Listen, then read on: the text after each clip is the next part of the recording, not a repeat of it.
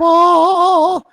They love that basketball. That's right. Curtis Blow, ladies and gentlemen, back in the old days. Basketball. I used to know that rap backwards and forwards. Nobody going to Not anymore. Nobody's doing this. Nobody. If you're looking the wrong way, you need to be, nobody's going to do this. Nobody's going to You weren't going to tell me we were doing this? Just JT, you just not going to say anything? You just wasn't going to say anything. JT just looked out the window. He just looked out the window. You're going to jump right on out.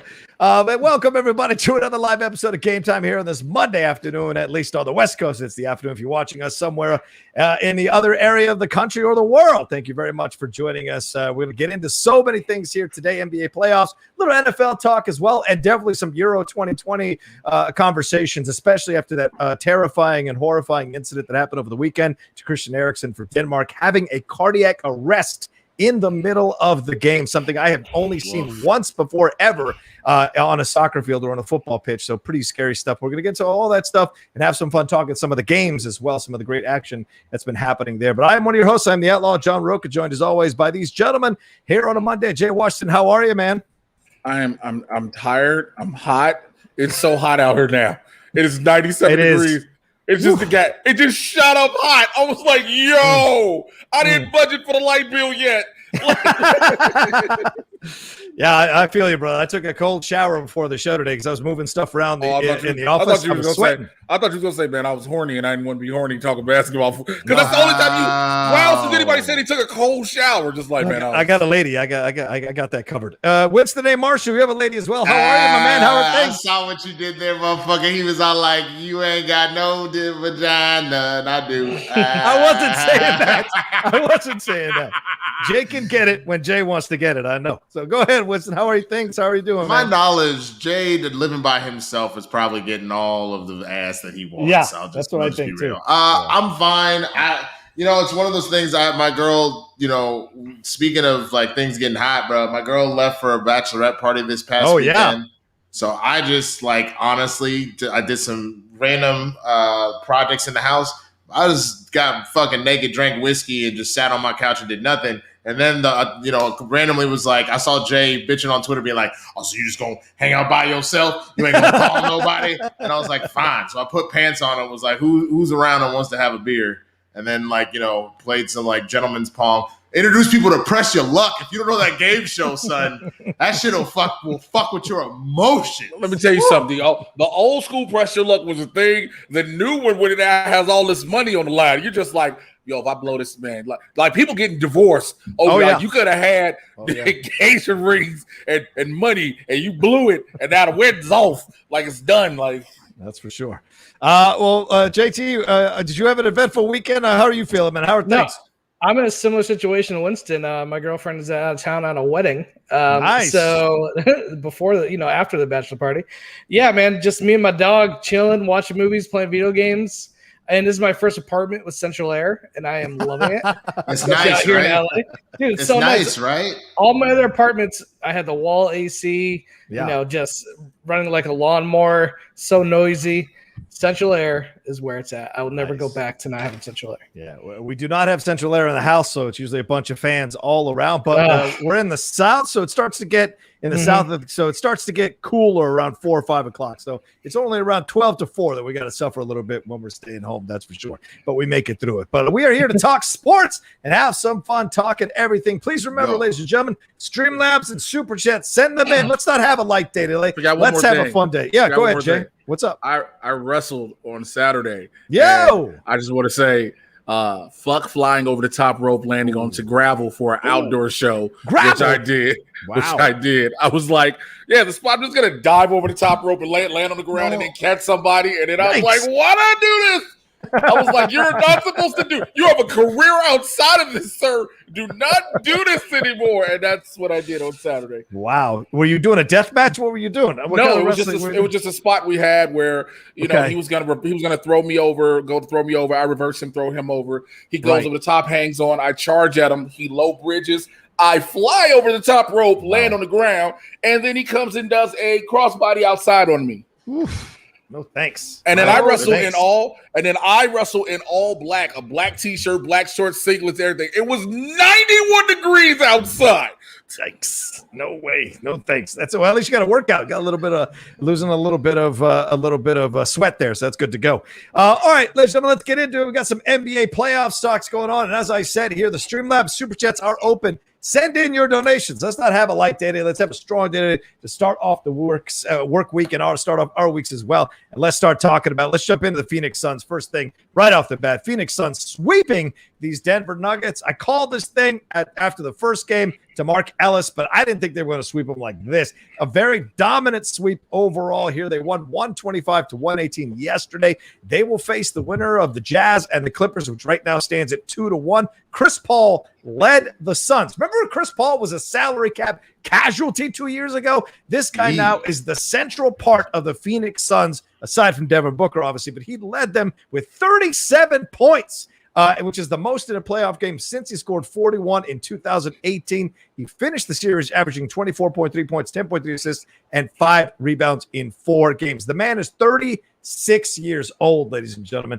And not to be outdone, Devin Booker chipped in 34 points, 11 rebounds, and 4 assists. Of course, the controversy over Jokic, we'll get to that. But first, let's deal with the fact that the Suns took care of business. Jay, what impressed you the most out of seeing what Chris Paul could do here and how this young Suns team has kind of picked up where they left off in the bubble last year, didn't get into the playoffs, but had a hell of a run, and now picking it up in the playoffs to prove that it wasn't a fluke? How do you think about it? What do you feel about this team? CP3 is telling y'all, if this is one of my last seasons, you're going to remember me for sure. And you're not going to remember me for the bad seasons. You're not going to remember me for all the bad, the in and out of the playoffs or don't make it to the playoffs. CP3 is like, yo, I'm going to show y'all. Also, I could have had a ring had David Stern not stopped me. Right. He basically said, I could have had a ring. Had a ring. Yeah. But also, even with the Suns, what this says, and I think I said this from jump to somebody, I forgot who I was talking to. Denver was doomed from jump. Yeah. Without Jamal Murray. I don't care that Jokic is the MVP. Without Jamal Murray, they were pretty much doomed from jump. Yeah. You look at this Winston A, and you go, well, this is impressive, but they seem to be getting stronger as these playoffs go along. But you can't deny that they played a Lakers team with a struggling Anthony Davis. They play who had injuries, and then they play this team with Denver without Jamal Murray and with Jokic being taken out in the fourth game, ejected in the fourth game here. So is this a little bit of fool's gold, or are the Suns doing enough to fully impress you as a potential title team? No, if you're you don't punish the Suns for the fact that the league decided to fuck over the players. You should have given them more time to recover. And when you don't, your superstars get hurt. Kyrie Irving hurt. James Harden hurt. Anthony Davis hurt. LeBron James admitting he wasn't at 100%. Yeah. Like, what did you expect? Like, just because it's not a full contact sport like football doesn't mean that they can go without this. So, no, the Suns are doing exactly what's supposed to happen. They have bodies on the floor, and they're doing what they need to do. And the teams that are next man up, they're not showing that they're next man up. These players, like, I get it. One person in basketball can make a massive difference. It's not like football per se, where that's rare depending on the position. One person can make a difference here. And so losing Murray was massive. That was massive. And it was just like, let's see what we can do without that. Not having AD, like the reason LeBron was like, nah, sell everybody on this team and go get me AD is he's like, look, I'm still LeBron James, but I know how old I am. I'm not doing this on my own. So no, this is what happens. Sometimes you get lucky where you don't get the injury bug. And the Suns thought it was over for a minute. Remember, Chris Paul got a gnarly injury in against the Lakers, and he's still been coming out here and doing it. So nope, I think this is exactly what's supposed to happen. Okay. You ask a lot of questions here, JT, of Denver, right? Jamal Murray going down, as Jay and Winston A have pointed out here as well. But also, Will Barton only played Game 4. He didn't play the entire series until Game 4. You also have Michael Porter Jr. not showing up at all during this entire series. So do you credit that to playoff jitters? Do you credit that to Suns defense? And overall, what is impressing you about how the Suns are playing basketball during these playoffs? Well, I mean, the one thing I think about is Chris Paul didn't really have to play defense this entire series. And I think if Murray was in there, this would have been a totally different game. I agree. I was thinking that the MVP Joker and the team around him, it's a well-balanced team, much like the Suns. Mm-hmm. So I really thought they were going to be able to put a little bit more of a fight.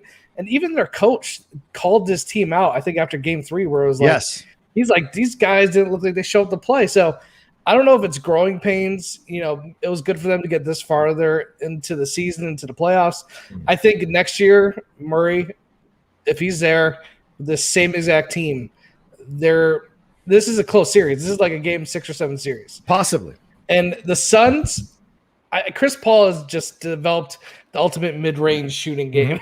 But I also don't think, Murray and some of these other players, they didn't really play as hard as I think they could have this whole series. It just felt like they were deflated, really, like from the get-go. I don't know why. I don't know, I don't think any of us really know why. Mm-hmm. But overall, Suns, impressive. Booker, probably everyone's impressed with Chris Paul. Yeah. I'm not as impressed because I always thought he was a great player. I always think he is a great shooter. He's able to create shots for his other players. Booker's the one I'm a little more impressed with because he's the up-and-coming star. Right. And he's showing up for the biggest games when he needs to. Like that last series, game 7 was amazing. He was unbelievable. Right. And he was pretty much carried that right over into the series. So for me, Booker's really making his stamp on the league and showing up as being an all-star, whereas Chris Paul, it's just like, he's towards the end of his career, but he's still got it. Yeah. Given him the right system, I think this is the best system he's been in many years. Yeah. And I think it's a perfect fit, really.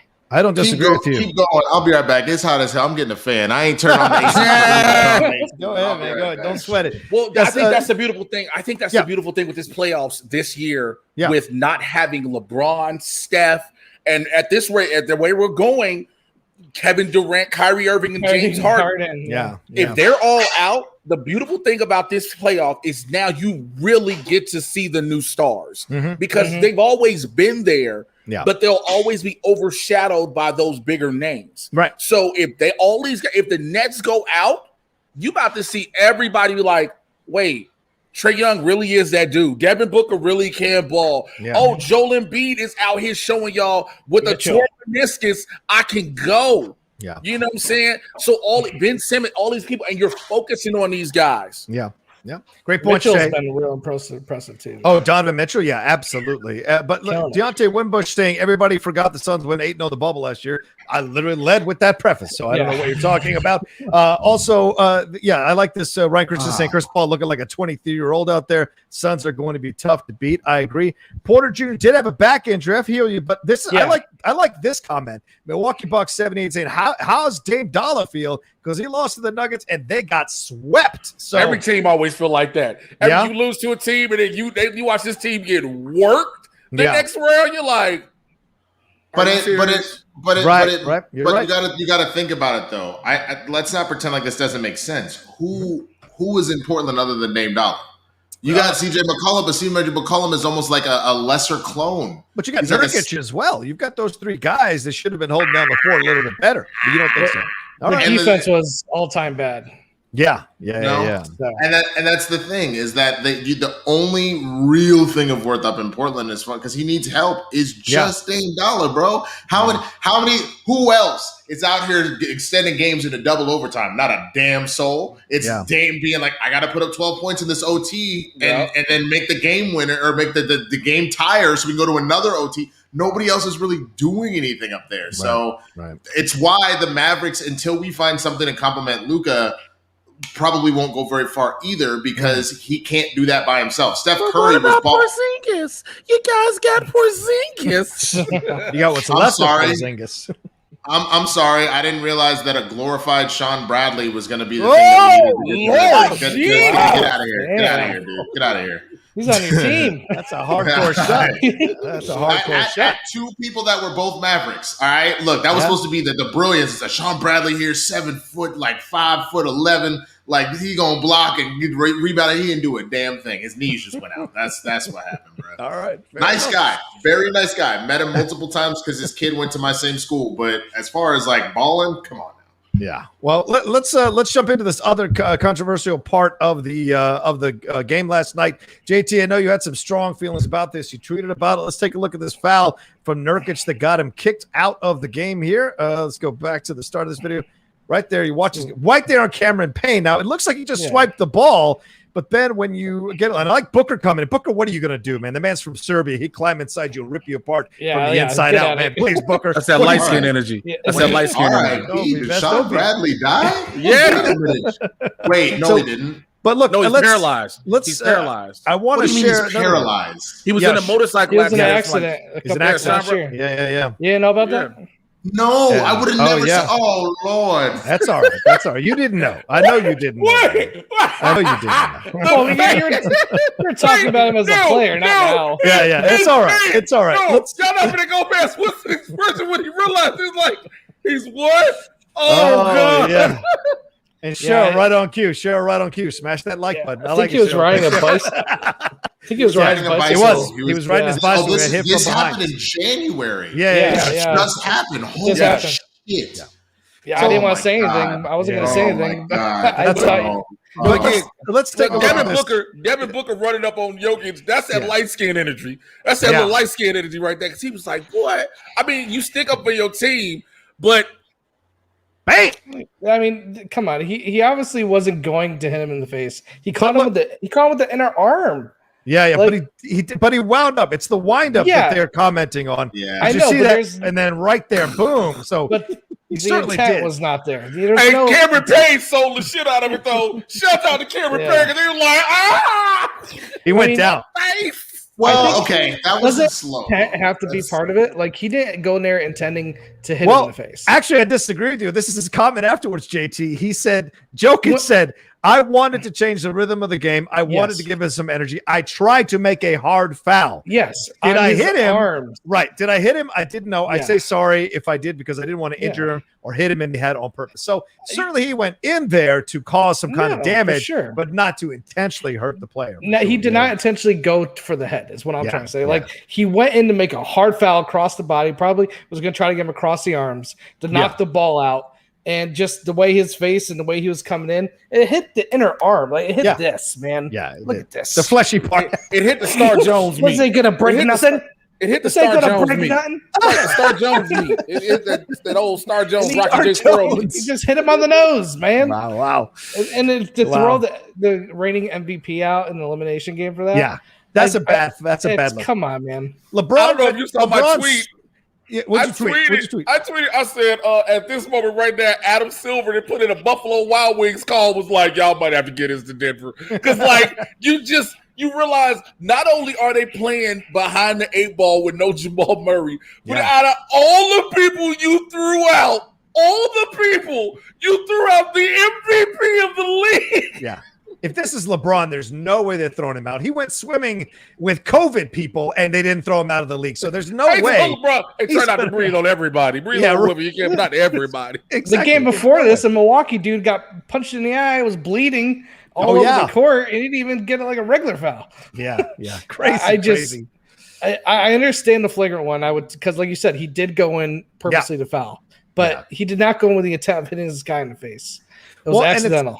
It's crazy, too, because both coaches said they didn't think it was anything. Monty Williams and Malone both said that they were. Monty Williams even said, I was shocked that they called the foul at all because that's just playoff basketball. And he gets it. And, there are a bunch of players from the 90s who are giggling their heads off thinking that's a foul. Like Alonzo and Larry Johnson, all those guys are like, what is that? Yeah, that's child's play. So you remember the Jordan rules? Oh, my God. I remember Jeff Van Gundy holding on to someone's leg. That's what I remember. But look, man, I'll say this. Like, looking at that foul, there was a much more egregious foul, in my opinion, that happened in the course of this weekend basketball, and that was Big Baby Davis, who was known for crying on the bench. Talking about that's what you get for stepping on Lucky, motherfucker. Like, come on, dude. Come on. It's a fictional cartoon character, and you out here talking about that's why your ankle shattered in a million pieces. Like, it was. Go ahead. Cabby Shannon in the comments says the realest thing ever because they don't respect Jokic's MVP. Yeah, because look, only Denver fans are like, everybody else around the league was like, huh? Well, I don't he was know. up there. He was like he was a contender. Like everybody was like he was a contender, but when he was announced that it was him, everybody was like, Well, it was between him and Embiid. Who else was in the running? I feel like him and Embiid. Steph, because of that late push. But the truth is, based off of what we've seen Steph do, and that they couldn't. If Steph had sealed the deal and it got them into the playoffs, I think Steph walks away with it. Yeah, I think the fact that he couldn't get it done, took him out of it. So then you're looking at a bunch of other factors, and let's be real, Jokic was an absolute monster pretty much from start to finish all year, whereas Embiid was kind of up and down. He had an incredible game. I think both Steph and Embiid had better moments and like runs than Jokic, but Jokic was consistent from start to finish. But here's the crazy part. Jokic is your MVP. Jokic is the guy on your team, but the dude you really needed is hurt. I attribute this to football. That year Peyton Manning went out and the Colts lost every single game. Yeah, right. Remember that? Yeah.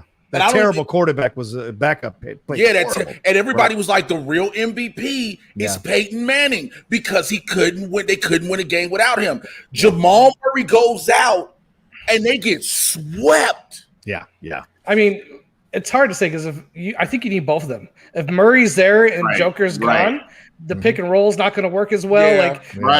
You really in today's NBA, you need that second player. Well, it's very hard to do. Look at how the Suns played when Chris Paul got hurt. They looked in danger of getting knocked out. They didn't look as strong. Every player is essential because you're so used to playing with those players all season. To lose them during the playoffs, it's hard to adjust.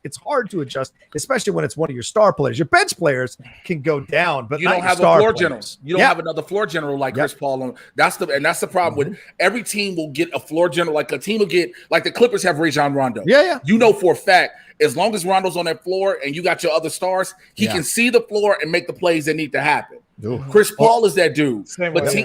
Teams need to start developing a second guy that can see the floor like that. Yeah. And that's the thing. But the weird thing is Murray is not that guy for, I think, Denver. I think Joker's the guy that literally sets everything up. And so it's kind of weird for him to be in that position. I agree with you, Jay, but it's more, for me, it's less that you need another floor general. It's you need somebody that gets shit done. So whether it is I make sure everybody else is on top of their shit or I need to go take the game over. That's why people are mad at Paul George. Nobody's expecting Paul George to go out there and inspire men to play better. They're like, motherfucker, you're supposed to be a scorer. Why can't just score? Just fucking score, nigga. Consistently score. We'll be all right.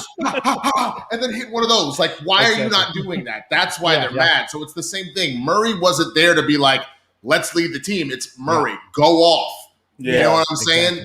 So it's the same thing with the Suns. Yes, Chris Paul is the floor general helping keep them in line.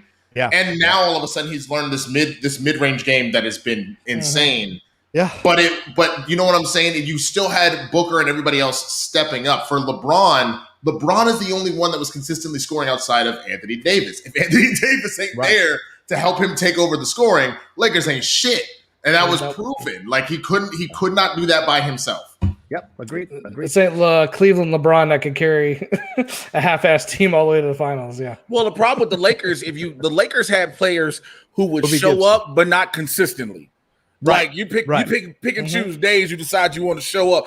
KCP decides, all right, I'm gonna show up tonight, and then you're like, yo, KCP didn't drop 18-20. You're like, okay, cool. So what are you gonna do the next game? Where's KCP? Anybody seen him? Right. Anybody seen Tim Walker, Octavius Pope? Anybody seen him?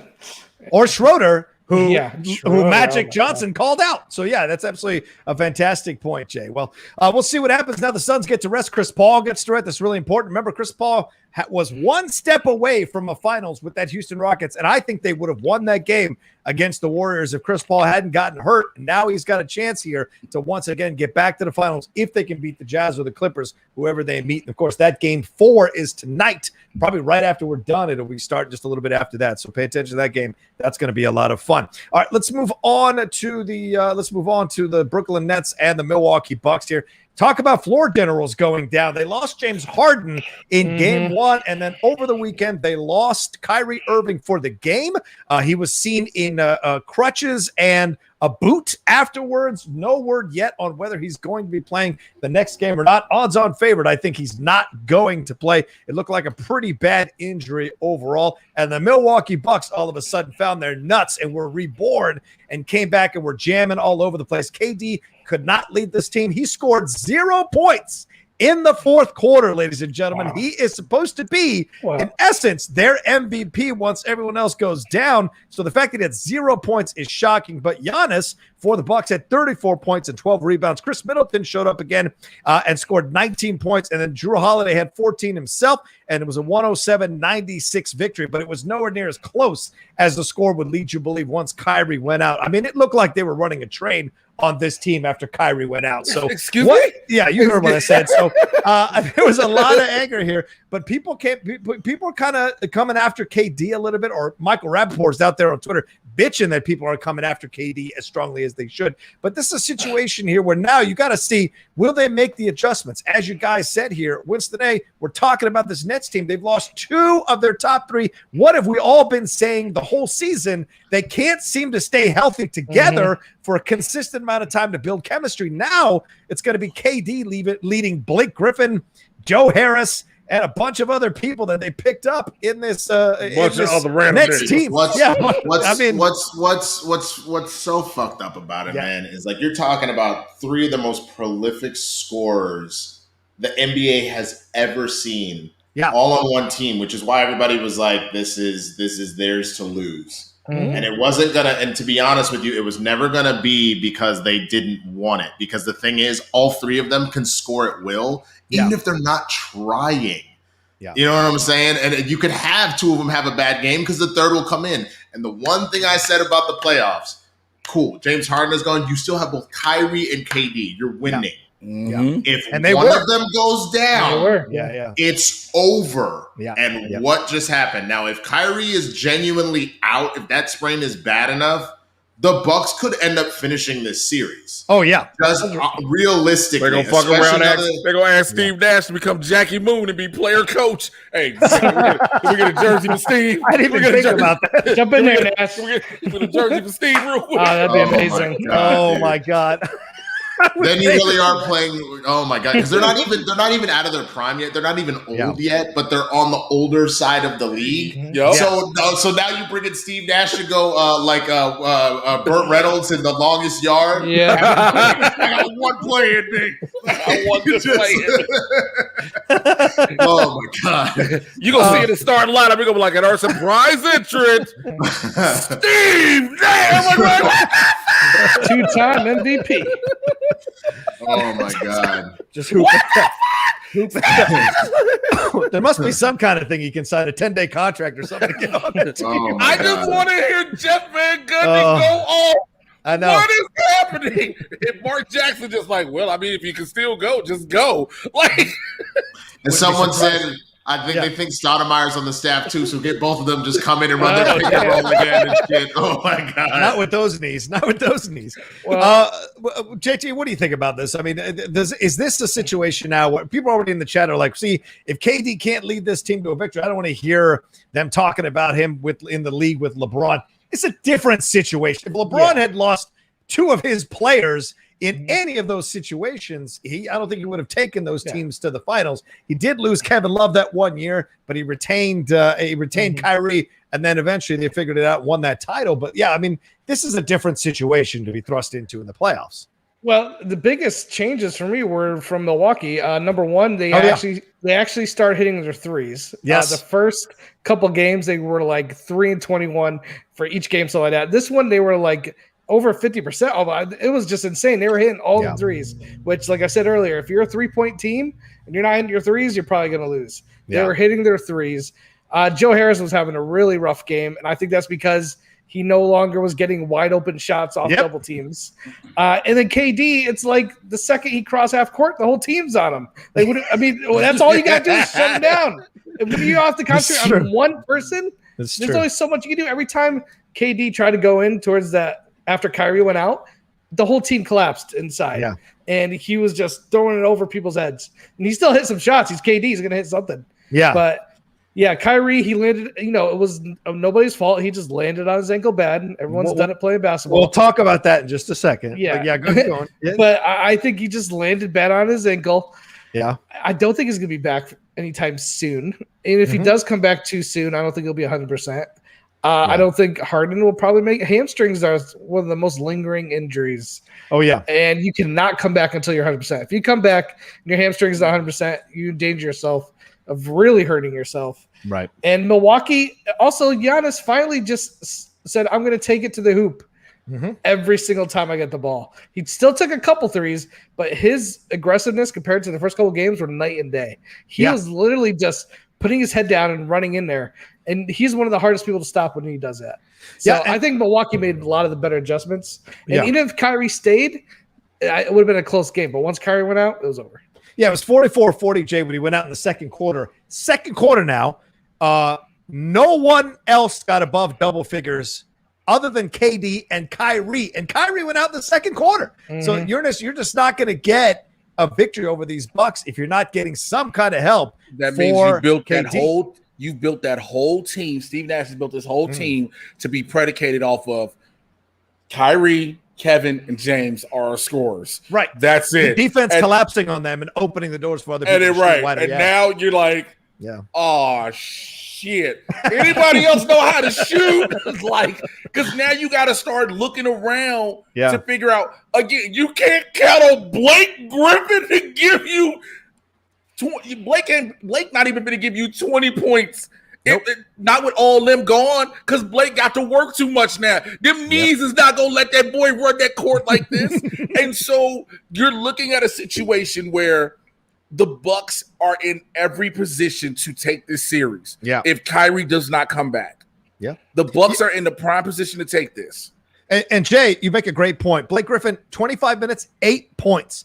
Joe Harris, as you mentioned, JT, 38 minutes, 8 points. That is not going to get. PJ Tucker showed up for the freaking Bucks and got 13 points and 7 rebounds. So, I mean, he'd only had 9 points in the first 3 games. So that tells you right there, if the Milwaukee Bucks start to feel now that they can bully this Nets team, this series is over. They're going to win the next 2 games, and it's done. If Giannis has figured out that he can storm that rim, if Middleton now isn't panicking, isn't nervous, isn't scared, because it seemed to be the first 2 games, they were in their heads like crazy, and the Nets were just having fun beating them, no problem. Now that they seem to have found their power a little bit, this series could be over if neither Harden nor Irving comes back. And let's take a look at that injury real quick. There have been some conversations possibly that Giannis might have come in on purpose to hurt him and didn't give him a free space to land.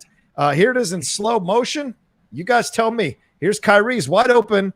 But then he's going for a rebound. What is anybody talking about? Yeah, people are talking about that he came in. That's his position for a rebound. He's following the ball because he doesn't think it's going in. Right. So, what the fuck are people talking about? People are focusing on the foot being underneath Kyrie. Get the Giannis fuck out of here. I'm just telling you, people are focusing on. And then when he lands, see how he lands right on Giannis's foot. No, I don't think he lands on a foot. I think I saw it. I believe it looks like that's just an ankle rolling. It's just an ankle roll. His ankle just rolled on its own. His right ankle rolls. I believe when I watched the game, because I watched it live.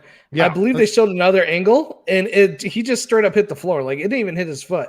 Yeah, look at him bounce right there. It's just his right roll. That's it. Yeah, exactly. But his ankle's like, fuck this shit, I'm out. Watch his right foot. Watch his right foot. Yeah, right.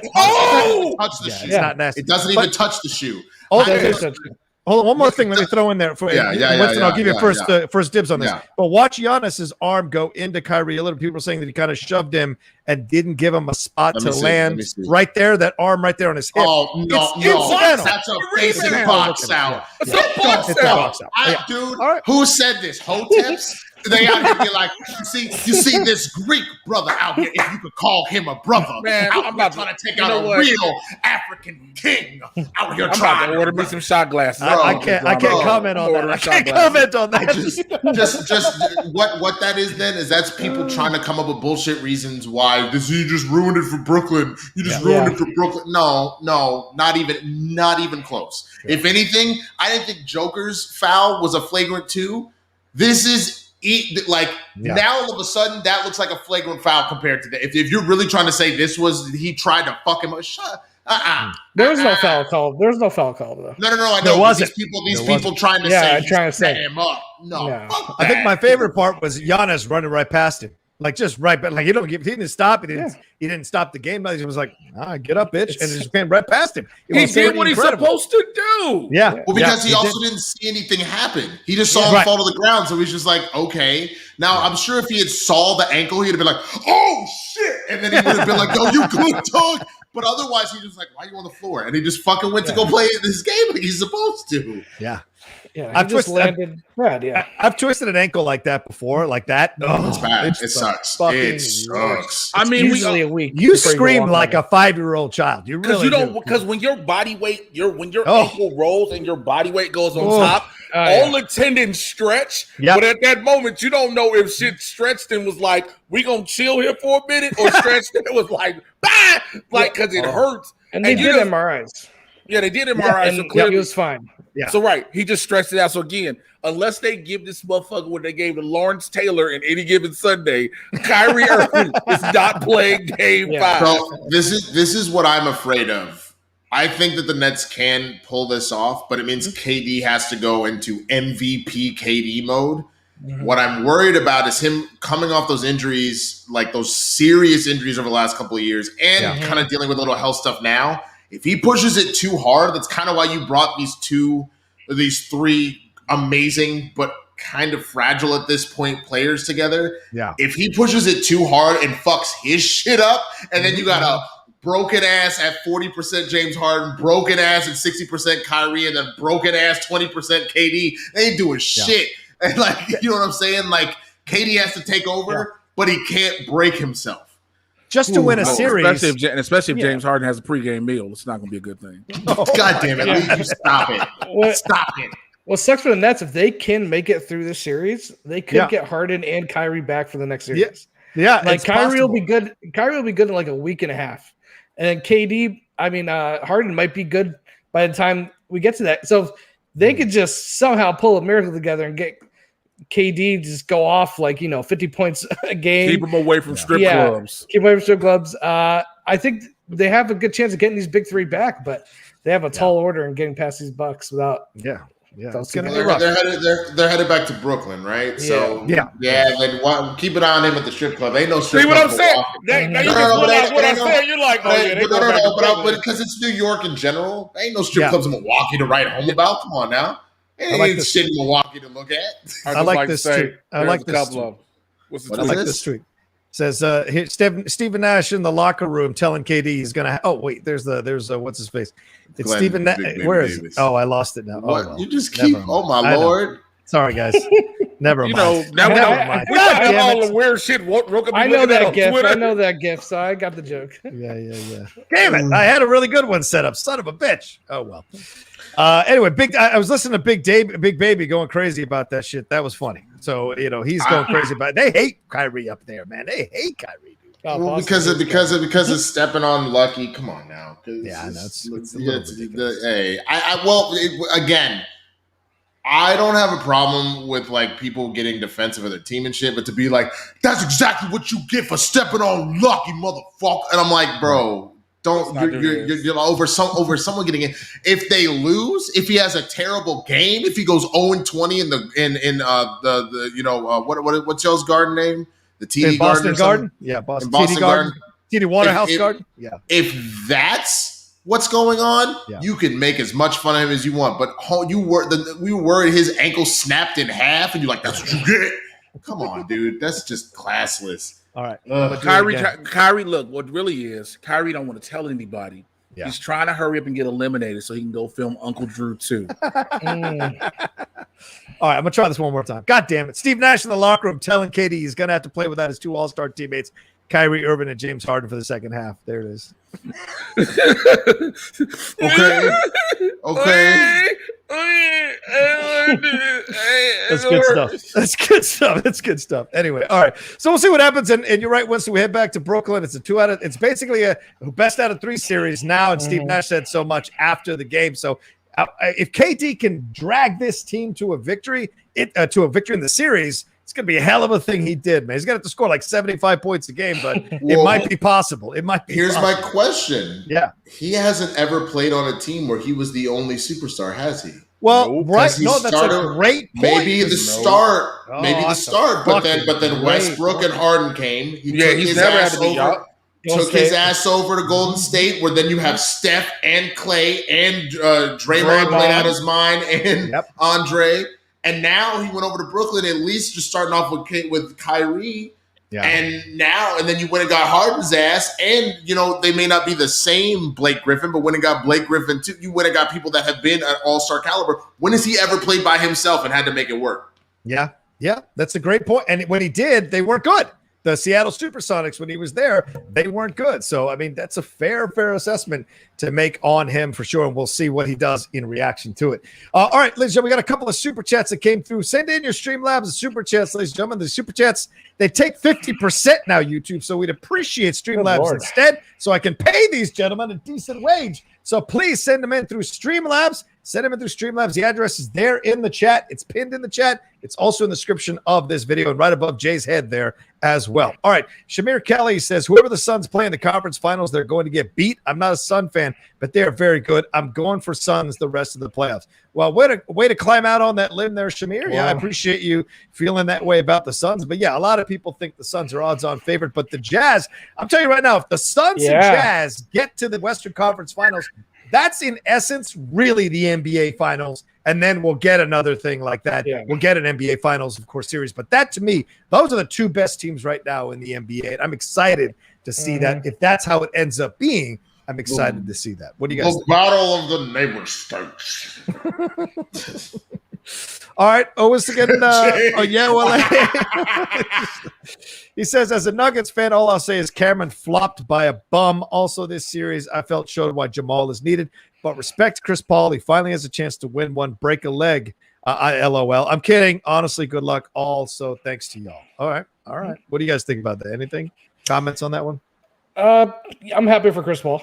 Imagine being a Nuggets fan. No, like, yo, we almost had it in the bubble. We was showing what we can do. And then you like, yo, we roll it. And then you hear about Jamal Murray and you like, God, I'm sorry for that one girl I didn't ever call back and ghosted because if this is torture, like you feel like, because now you just don't know. You just like, what did I do wrong personally in life? I'll say the thing that's most interesting to me, honestly, is because I saw another comment in the chat. I mean, I'm happy for Chris Paul as well. This is something the one thing that's probably kept him from being considered an all-time great point guard. He's still in that conversation already, just for his accomplishments. Yes, but the one thing is he hasn't won a chip. If he doesn't, then you could still be like Barkley, where people will still talk about you as great, but that'll always hang over your head. Yeah. But Adam Silver in the playoffs, I was going to say, bro, Adam Silver probably feels dumb than a motherfucker for only giving him 70 days to fucking rest. Yes. He probably feels dumb than a motherfucker because look how this has backfired. This has backfired so hard. I mean, this is not the 90s. If this was the 90s and you said those teams are going to the playoffs, everybody be like, bet. Yo, you're possibly about to have Utah and Milwaukee in the finals. That those ratings are not going to be good. That's for sure. Alex Tornai says, do you all agree with Nash's comments about his D against KD being, quote, non-basketball physical, or is the NBA really too soft? What do you guys think? PJ Tucker. Yeah. What do you guys think? Too soft. The NBA is way too soft. I just, I grew up in the 90s, early 2000s. It's especially after that Joker flagrant, it just made me more mad. They're just being too soft. Okay. What do you guys think? Same thing? I feel like like all of these cats grew up playing street ball as much as they were playing their high school and college ball and then the NBA. They can take it. I would say that they are getting a little, because you go out right now, somebody probably catch an elbow to the mouth. Like, you know what I'm saying? And if you start bleeding or lose a tooth, then a fight might break out. But somebody catching and you're like, what the fuck? Like you gotta deal with it. I don't know. Somebody used to wait for you with a roll of quarters. That's how it used to be back in the old days. He also said, I was referring to PJ Tucker's D. Okay, so against KD. Got it. We got it. Thanks, Alex. Appreciate that. We have one Streamlab that came through here. From Tongue Punch. Oh, wait, let me take that one down. From Tongue Punch Fartbox. He says, KD has never been asked to carry a team through the playoffs, and it will be interesting how people view him if he loses the series. Same with Giannis. If he can't get past these injured Nets, that's a great point. I don't think people will ever view him as a true all-star. That's an incredible point. What was that user's name again? Tongue Punch the Fartbox. He's great. I love him. Oh yeah, you ever met Dante before? Yeah, that's the homie, Dante Wimbish, Tongue Punch the Fartbox. Yeah. Giannis has a lot of I think a lot of people said going into this playoffs, like Giannis had the most pressure on him, I think, than any other player because MVP 2 years in a row, early exits. And those first 2 games against the Nets, he just looked like he didn't know what he wanted to do. He looked like he wasn't ready to lead this team at all. Yeah. And then the last game, he finally just said, okay, I'm just going to bring it in and dominate. And that's why they won. And they hit the threes. Yeah. So you got to be more consistent. Again, 2-time MVP, you need to be way more consistent. Yeah. Way more consistent. You need to be the dude. You need to be that guy we keep talking about on every other team. Like KD has to be that guy. Again, I get Milwaukee went and brought in Drew Holiday just to give you and Chris Middleton an extra little boost. But you still got to be the guy. You got to be the dude playing the dude disguised as another dude. That's what you got to be. All right, let's move on to the next series here. And please keep sending in your Streamlabs super chats. Ladies and gentlemen, send in some support for the show, please, as we go along. It's pinned in the chats up there in the description as well. All right, the Clippers, as we were speaking about, the Clippers here cut the series lead for the Jazz. 2-1 going back to Los Angeles. They won this thing. Paul George showed up. 31 points for him. Kawhi Leonard had 34 points. And Paul George was hitting it from three-point range. He was 6 of 10, over 50% from three-point range. Incredible stuff. Kawhi had 12 rebounds himself. Nicholas Batum had 17 points to help out. Reggie Jackson had 17 points to help out. So, and these Jazz, Donovan Mitchell had 30 points, but no one else got above 20 to help him out in the cause. The closest was Ingles, who got 19 points in the cause. So look at this situation here. Bogdanovich went ice cold, JTE. You look at this. Have the Clippers figured something out here? Or is this going to be one of those series as opposed to the Mavericks-Clippers series where the home teams win every one of these games up until a Game 7? What do you think? Yeah, the Clippers, listen, when I was watching this last game, they have a really good team on paper. Yeah. I think we all agree with that. Oh, yeah. And their problem is sometimes they show up, sometimes they don't. I don't think Paul George is going to go 6 for 10 from 3 every game. Yeah. So you have to – but I think Reggie has been playing really good. He's hit some big shots in, like, key moments. And their defense has improved over the season and in the playoffs. I always thought this was going to be a close series. I will say Utah definitely came out with more energy in the beginning. Yep. But the Clippers, I think they're pretty steady just overall with their talent that they could take any sort of – even if, like, there's been several times where Utah comes out to a big lead and the Clippers are always able to get within a few. Yeah. They might not get – did they get blown out in either of those first 2 games? They weren't blowouts. They were always losses, in it. but they were, they were losses. So for me, I'm not surprised that they won the game. I expect this series to be a little bit closer. Now, if Utah plays up to their potential, I think they are the better team. Okay. But if they're not shooting on all cylinders, they're going to win the series. But all they need is to have one bad, mediocre game, and the Clippers just play up to their regular standards. I think they could win it.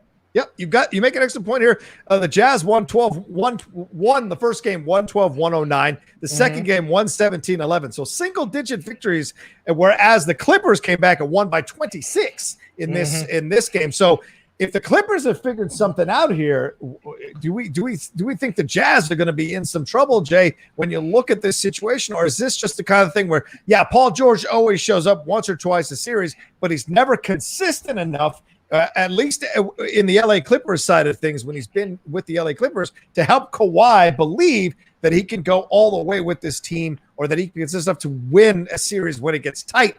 Is this just one of those anomaly games for playoff B, and he's going to go back to shooting under 30%, which is where he was, or he shot 34% in the first 2 games? What do you think? Here's the problem with that statement, because we bring that up every single time in the playoffs where there's one playoff game and Paul George has a good game. And you're like, all right, can he do it 2 in a row? Yeah. Also, this series has shown you can't hold that, man, they just came off a 7-game series, they'll be exhausted excuse. Right. Because remember, everybody was talking about how they just went 7 strong with Dallas Yep. Sorry, Winston. Apologies for that. Bringing that up. I know it hurts. I didn't really want to bring it. I'm sorry. I'm already on it, honestly. I okay. But just in general, to say they come off a 7-game series, you would think you should be able to, because Utah had a bit of rest.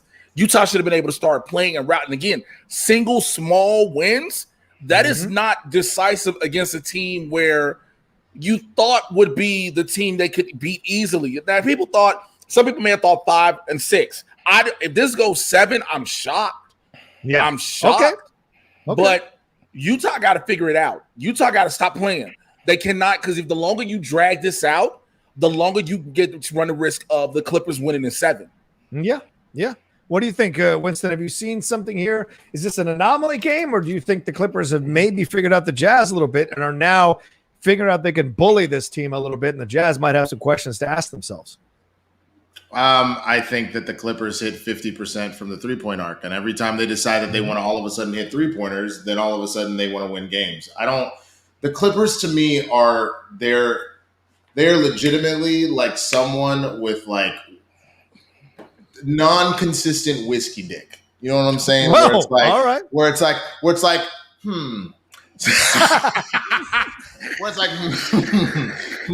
If I have 6 shots tonight, shit ain't working for some reason.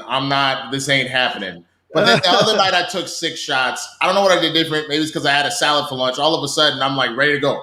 So like they can't decide who they want to be. If they want to bring Jay, just really can't figure out if he wants to be a part of this conversation. They don't. Their identity to me is inconsistency. Oh, and John just left. Rocha said, "Fuck this." They genuinely cannot decide who they want to be. If they want to be a team that shows up and does what they're supposed to do on paper, right? Because you supposedly have all of this talent, or if they don't. Like, you take away Paul George's 31 because he keeps averaging for some reason like 12 points a game. So if you want to knock, what is that, about 19 points off of him, this is a very different looking game. That's true. Honestly. So I think that, look, do the Clippers have the firepower to potentially win it all? Sure. But do they want to actually show up and do it? That's the question that nobody understands. Yeah. Is what do they actually want? Do they want to win, or do they forever want to be the Clippers? Yeah, that's a good point. It's a good point. Another team that I think, and we'll see what happens. Of course, that game 4 is tonight, but another team that kind of is in the same boat as the Clippers and ironically have the same colors and ironically coached by a former Clippers coach right now is the Philadelphia 76ers. They won their game 3 over the Atlanta Hawks, 127 to 111 to take a 2-1 series lead.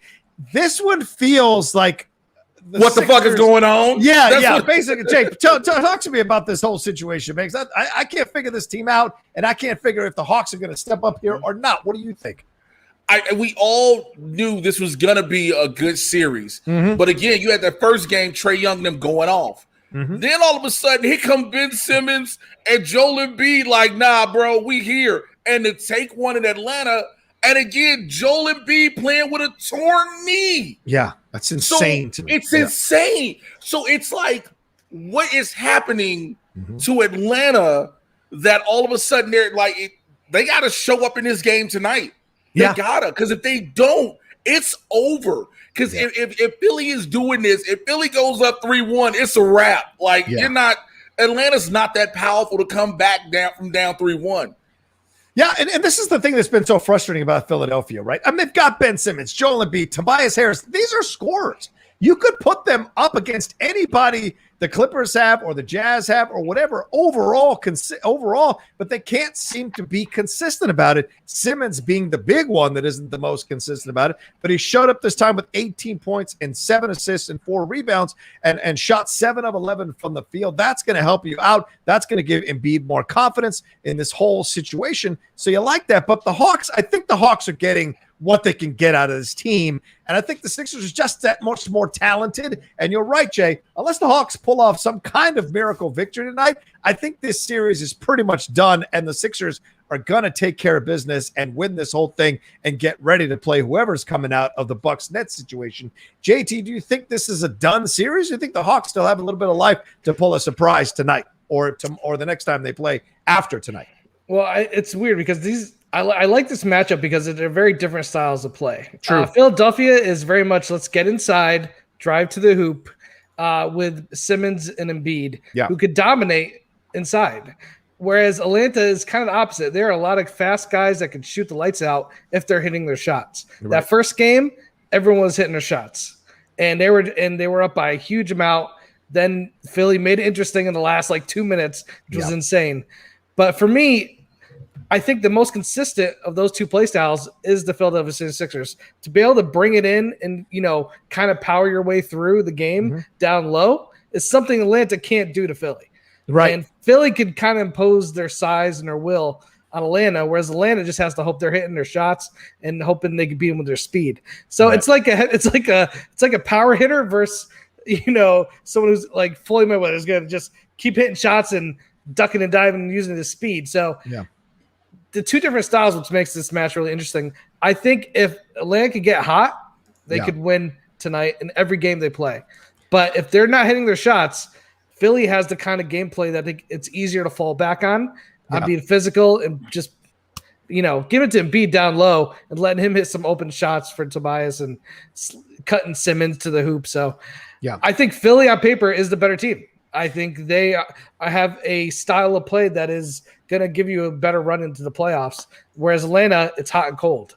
Yeah, Winston, their versatility here for Philadelphia, I think JT makes an excellent point here. The versatility for Philadelphia is what you're looking at here. They can play, they can grind it out, or they can shoot the lights out, whatever kind of style you want to play. And it's not like the Hawks played a bad game here. Jace Collins had 23 points, Trae Young had 28, Bogdanovich 19, Gallinari had 17 points overall, but they still couldn't get it done against a Philadelphia team that got Dwight Howard some point. He had 12 points in over 13 minutes. So if Dwight Howard is almost scoring as many points as his minutes, you've got yourself a situation where you're in a little bit of trouble here. Do you think the Hawks have probably played as best as they can play at this point, and it's not going to be enough against the Sixers team?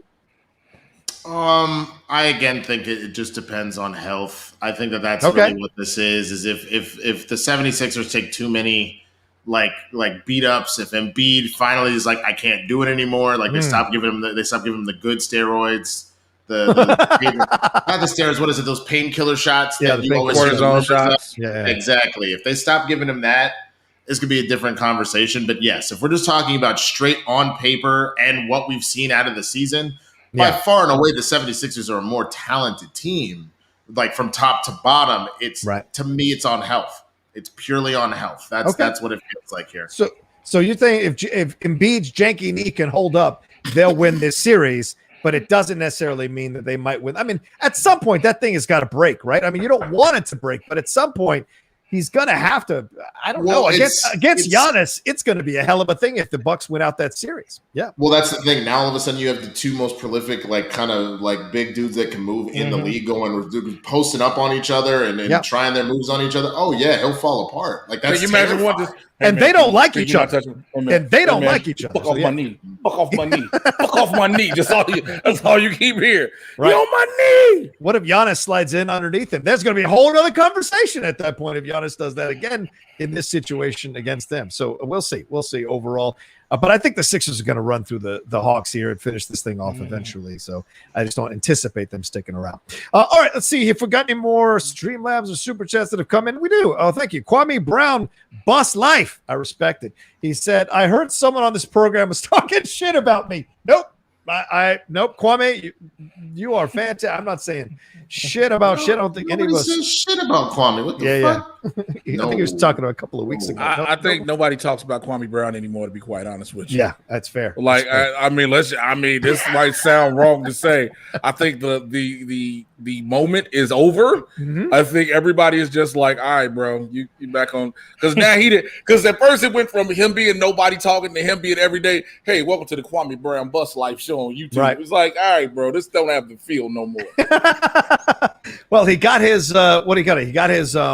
he got his viewerships, he got his subscribers to his channel, so he's set now as we move on. That's a great point, Jay. Phil_P said, greetings from London. Oh, thanks for watching, Phil. Appreciate it. What's it, like 11 o'clock there? Appreciate it. He says, as a Tottenham fan, I watched Christian Eriksen play for years. Glad he's alive after what happened very close to home as my cousin passed with a heart attack last Monday. Oh, I'm so sorry. So sorry. Jesus. Our condolences, brother. He says, take care of your physical and mental health, Outlaw Nation. One love. Yep, I agree. I hear you. Well, with that being said, I'm about to go take an aspirin. I got a headache. I'm not. All right, go. Practice what we preach. We'll talk about the Christian Eriksen situation in just a little bit while Jay's on his break here. Let's move to this story that has been coming out here on Yahoo. Becky Hammon and Dawn Staley are reportedly interviewing for NBA head coaching vacancies.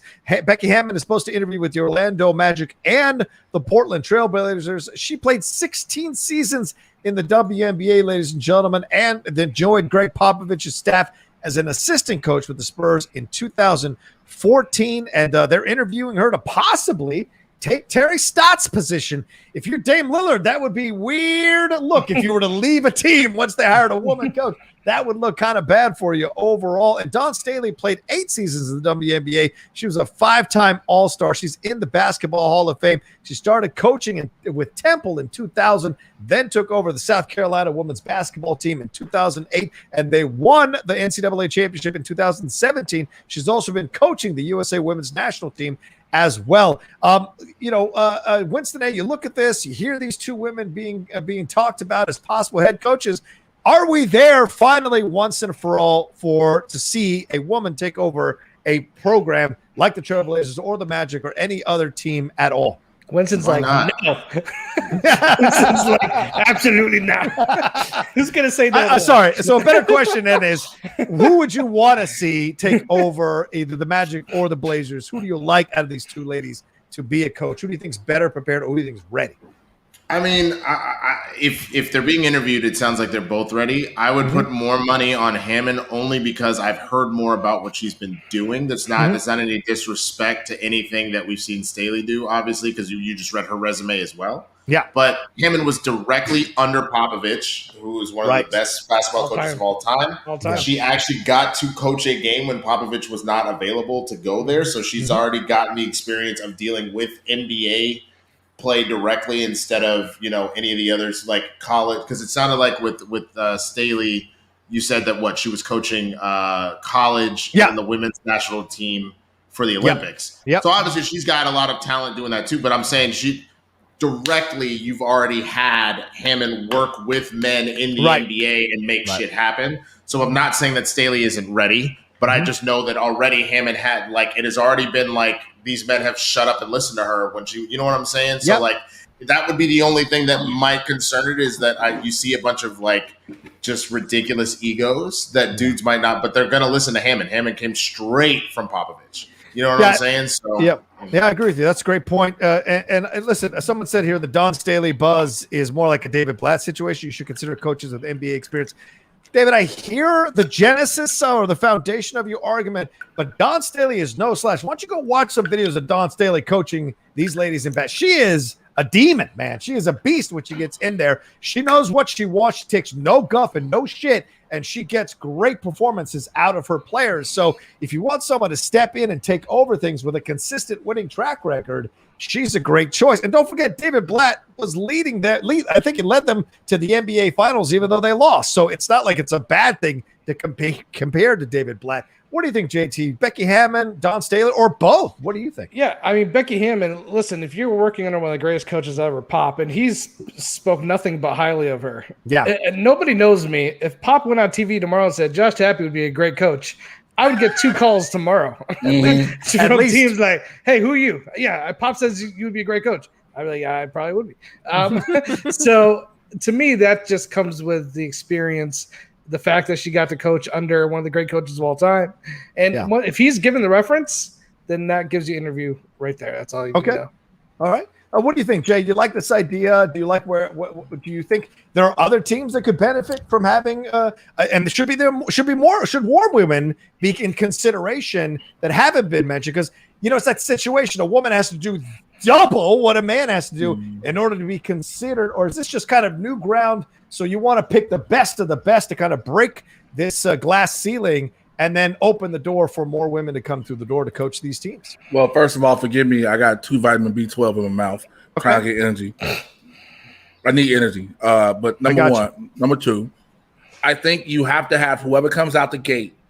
You have to make sure that if they're the first, they're the undeniable first. Okay. Because history, it has not spoke kindly of women coming as the first until later.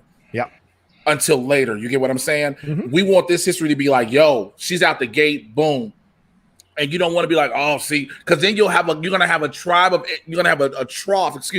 of male NBA fans like, see, why does a woman have to try to coach in the NBA? It's the WNBA is for, et cetera, all this dumb shit. So if Becky Hammond is the best, and again, if Pop is like, yo, her, why would you argue with that? Why would you try to find a rebuttal in that? Yeah. Yep. Like he's one of the greatest coaches ever in basketball. Yep. And he's like, yes. He's like, yes, she can handle pro athletes, grown men who are divas in many instances. She can handle egos and everything, and they know how to respect her. That's a for sure win. Yeah. Yeah. I agree 1,000%. There are a number of women who should be coaching the male NBA teams. Absolutely. There are a number that can command respect, get in there, understand. Because I think players at the end, especially now, players now who have coming in, they're way more progressive in their thought. They're way more aware of social justice. They're way more open to these possibilities. I think more than ever, players are more open to the idea of being coached by a woman who's got a track record, who's got proven success to step in there and take over a program. And listen, as long as she's knowledgeable and understands basketball and techniques, and those techniques start to work, people will fucking listen. So, I mean, I think now is the time more than ever to see it happen, especially with the younger players coming in, being more of the central part of these teams. Give me Doris Burke coaching the team. I want to hear Doris because Doris and let's hopefully happen. Give it to Doris. Don't play. You know, KD wants Doris to coach the Nets. That's true. You know, KD loves Doris. Another one. Let me throw this in and let me swing back to JT on this one. JT, Mike D'Antoni is apparently in conversations to possibly be the head coach for the Portland Trailblazers as well. Doesn't this seem like a step backwards to go to D'Antoni in Portland? Who is he going to bring in? I mean, D'Antoni's like almost 80. Like, what are we talking about here?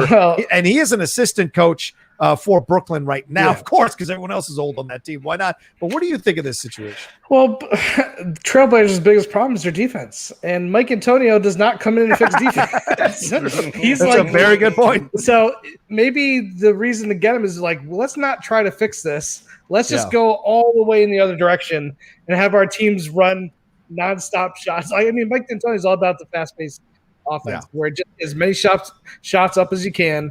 The more shots you take, the more chance you'll get to hit them. So maybe instead of finding somebody like, Tibbs and like New York would have been a great coach for this team because he would have brought a lot of toughness, a lot more defensive-minded to the Portland Trailblazers. But if they're like, hey, we can't find anybody to do that, our team's not built for that, let's find somebody who's just going to take our offense, put it to overdrive.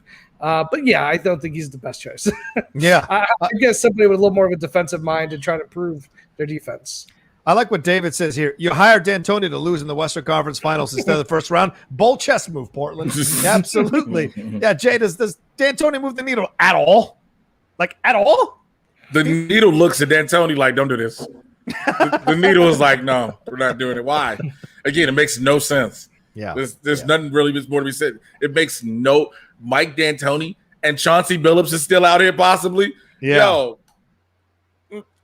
Damn, Mike D'Antoni. I apologize. D'Antoni is 70 years old. I apologize. Still, that's close to 80. I don't care what anybody says when you get to that point. What do you – anything here, Winston A, that could convince you that this could be a smart move? Does turning them into more of an offensive juggernaut with Jokic and McCullough and Lillard if he stays, does this – it just seems to prolong Lillard staying, but it doesn't really necessarily mean this leads to a finals appearance or even a finals victory. What do you think? The Portland Trailblazers are not missing – a coach is helpful. I'll give you that. But that's not the issue. You need to give Dame Lillard somebody to work with. That's a fair point. Jesus, give him anybody. You know what? The Nuggets don't like Joker. They were all like, we needed Murray to get Joker's ass up there to Portland and let him play with Dame Lillard and think they won't go up and just win a title. Yeah. Like, you need to get him some help. I think any of these coaches will be fine. Obviously, they all have different styles. Dame needs someone to run. He needs a road dog, man. McCollum is too much like him. It doesn't work. Well, it's a good point. It's a good point. So that's what's really the most important thing. I think Winston A hits the nail on the head there. You got to get a coach that's going to understand what to do with the pieces that they already have and bring in the right pieces and lure free agents who want to come play for a coach like that so they can help the Blazers go to the next level if Lillard is staying, which is not necessarily a sure thing. Real quick, Ryan ahead, Christian in the chat says Dame not staying in Portland. Here's the problem. Okay. Where can Dame go? Because we said this, I think it was last week. Boston's the only place. Is that the only place he can go where he can be the star? Because he can't be. He's become so so used to being the number one guy. Mm-hmm. Mm-hmm. Where team that you want to put him on, he's not going to be the two. Reports are that like Kemba Walker and Boston are splitting. Like both of them are like mutually like let's figure this out. I don't think they'll probably get Lillard because I don't think Boston will give him up. I mean, I don't think Portland will give him up. Yeah. And I don't think he's going to force his way out of Portland. So I think he'll be with Portland. Supermax. I don't think he's going anywhere. I think he's ride or die Portland. Mm-hmm. And it's one of those things that he's just consigned to it. Like, look, if I'm just going to be the greatest Portland player of all time, and that's all I get out of this, that's fine. He wants to win. Don't get me wrong. That sounds so sad just to say. I mean, I'm going to be the great. I mean, because you can't even say it with confidence. Yeah. I'm gonna be the greatest Portland Trailblazer. I mean, look, if you have if the organization is willing to work and go get him the coach he wants and some pieces, I think of Dirk, for example. There's no reason Dirk should have stayed in Dallas. At one point, we let Steve Nash go, we let Michael Finley go, we let all these pieces go, and it was just Dirk. Yeah. But what they did is they were like, we are going to do what we have to do, not only to pay you the proper amount of money, but we will figure it out. And eventually, they figured it out. Mm-hmm. So if Portland does that, Dame ain't going to go nowhere. I think he enjoys playing in Portland and being the guy in Portland. You just need to get him some help. Yeah, absolutely. One more story that just came over here in terms of the NBA. The Brooklyn Nets, it is official. Both Kyrie and Harden will not play in Game 4. Yeah. Kyrie is suffering. They did an MRI. He suffered a sprained right ankle, is what we talked about, and Harden is still battling those hamstring injuries. So, going to be interesting to see what happens. Game 5. They're not going to be there for Game 5. Going to be interesting to see how that all plays out with KD, as we mentioned. So that's official. All I want to see is what Kevin Durant's hair is going to do. I'm praying for the Spider Convention to come together on his scalp and let all those cookabugs manifest the power of bad linings. Because I'm just hoping he stays away from burner phones. That's what I'm hoping for KD. He stays away from those burner phones. Stop sending in those comments. All right, Timothy R. Williams is in there. Timothy coming into us from Australia. He says, morning, everyone. The Suns gave me the best birthday present yesterday. Also, check dropping dimes from January 14th. That's right. That's Matt Nost's show. It says, Ace predicted the Suns would make the Western Conference Finals back on January 14th. Love the show and love you blokes. Have a great day. Well, I'm sure Ace predicted. Yeah, I was just saying. I also predicted the Celtics would make it to the finals. I predicted that Luka would win the NBA title by himself. There you go. It would just be Luka on the court playing 5 dudes, and he was going to win it. So, I mean, I predicted the Bulls would actually have made the playoffs after the getting boosted. Like we do after this. Like we were like, they're gonna make it to the playoffs. Like, you suck my dick down there, okay? I'm telling you, man. I think Suns are playing great right now, but if they're playing Utah, I don't know. Yeah, I don't know. If you gave me $1,000 and you had a bet, nah, I took the Suns because the fact that Utah already started to struggle against the Clippers. Come on, yeah, everything we just said about the Clippers. I think you're disrespecting the Clippers a little bit by saying that. I think because on paper, watch their first round series with us. But on paper, Clippers has the better team. They're just not playing up to it. I think Utah's defense. You got the 3-time reigning defensive player of the year. Yep, Gobert is going to give some trouble to those Suns. Yeah, and I don't think just anybody on the Suns are going to give that much trouble to the Utah. Yeah, all right, that's fair. I mean, defense wins championships. It's true. Keep sending in Streamline Super Chats, ladies and gentlemen. We got about 35 minutes left in the show, so if you want to comment or if you've got something to say, send them in to the. It's right above Jay's head. It's also in the chat and in the description of this video for sure. All right, let's move on to our next story here as we leave the NBA for now. Get into some Euro 2020. Gentlemen, I don't know if you've got to see This situation happened the other day. Denmark versus Finland. I think this was Saturday morning. I got up early. I've been watching these games at 6 a.m. on to 12 p.m. It's been fantastic to watch these games. I don't watch soccer. Fan of yours. Yeah, fair. All right. You also don't watch musicals. Let's keep That's it true. But if you have a musical about soccer players, I ain't watching. I'm sure there is one. Go! Bicycle kick. That's good. Nobody does that anymore. Anyway, Denmark midfielder Christian Eriksen suffered a cardiac arrest during the match on Saturday. This was about 40 minutes into the match. He was just basically, I'm not going to show the video because obviously that's in poor taste, but one of his players was throwing the ball in to him. You see him start to stumble. The ball hits his chest and then he goes down. And if you watch the video, if you guys saw the video, his face was turned right to the camera, and there was nothing there. He was blank staring. Really? It was really, really scary. Something I've never seen to that extent. There was a cardiac arrest moment in the Premier League, I think 7 years ago. I think it was Wolves or Watford. Mm-hmm. The guy just went completely down. But we've seen this, right, in the NBA. We've seen this in college, right? We've seen this in basketball. That has happened. Hank Gathers, pretty much, that's your example there. But I think didn't Reggie Lewis have a heart attack on the court or something like that? Wasn't that how Reggie went down? I thought he had something like that as well. So I remember one player dunked and just collapsed after the dunk. And collapsed after the dunk. Exactly. So it's happened. So this was really terrifying and scary to watch. He was on the field for a long time. And then eventually they were able to get him on the stretcher. His wife came down from the stands and was being consoled by the goalie. She was crying on the field.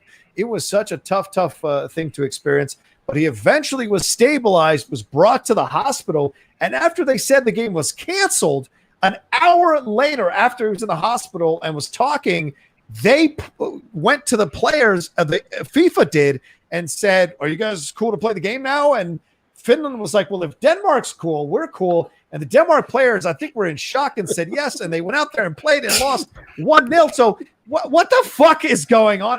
This is such a colossal mistake. I mean, this is not the WWE where Owen Hart dies and they keep going with the paper. Hey, Winston. This is Winston. madness. Hey, Winston, look. Hey, man, listen. I know like some players died, bro. But, like, I mean, he didn't die. He, like, alive now. You good to finish the game, though? Yeah. Like, this is good. You want to? I mean, we see in professional sports. Like, remember when Hayward broke his leg? Literally, that was like in the first quarter. That's not a death, though. It's not a death, but like, it's still like traumatic to see it and know that's another player. Right. They didn't know if he died. They didn't know he died. Obviously. Yeah. They didn't know what happened. I mean, this happens in football. We've seen players get neck injuries. They did know because they were essentially. Didn't they say he was gone on the field? It wasn't the doctor. But they weren't like They didn't go up to him and be like he's dead. No. The doctor said, "You're right, Winston." The doctor said that he was. Yeah, this was afterwards. He was dead. He was dead, and they brought him back to life. That he had literally we didn't died. Find that out until hours later. Like, that's what the doctor. Right. It wasn't like I thought he died on the field, and they resuscitated him on the field. They did. He died on the field. Yeah, but people watching didn't know that. People watching didn't know that. But the players knew. The players knew. The players like that sketch they were literally. Yeah.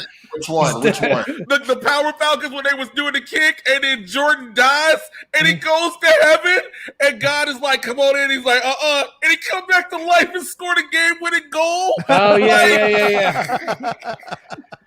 I mean, I don't remember that. Go ahead, JT. Yeah. Go ahead. I just, for me, like, you said an hour later, they took an hour break and said, "Do you still want to play?" Yes. They had the option to say no. They said yes. So.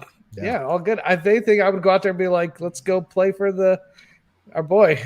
Well, the players win now one for the Gipper. Oh, Jesus Christ! The players win one for the kicker. Now, oh boy, let's just stop. You're killing me. Just stop.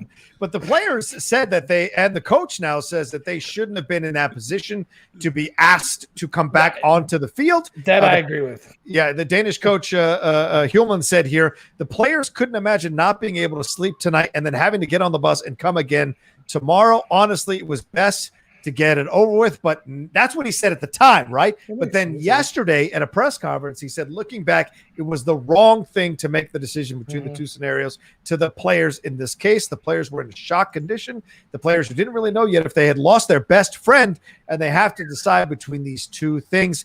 He says, I have a sense now that we shouldn't have played. I know it's difficult. It's just a feeling. Maybe we should have just gone on to the bus, gone home, and let's see what the next days would have brought overall. So we'll see what they go forward and say and do in this situation. But like this seems like negligence by UEFA to try to force them to play this game. Jay, yeah, I like to first off apologize. The stand-up comic in me has all the jokes in the world right now because I can't.